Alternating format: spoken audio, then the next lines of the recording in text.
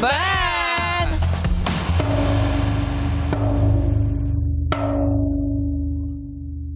May iniisip na naman siya, tumatawa na naman siya mag-isa.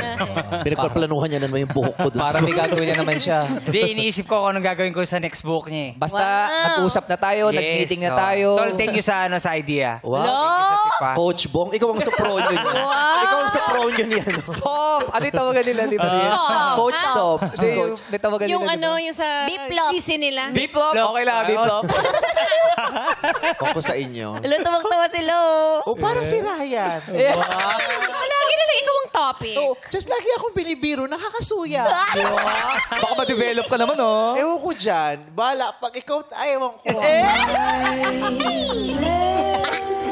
Baka pretty mo talaga. Parang nakaka-insulto yung sa'yo. Oo, yung pag sinabing napaka-pretty mo, parang Parang yun na joke. Oo, Sabihin mo lang, mag-thank you ka. Hindi, mag-thank you ka na lang. yung pagtsaka ka, tapos sasabihin ka, wow, ganda. Oh, parang ganun yung ano yun, nakatimbang. Hindi, pretty ka talaga.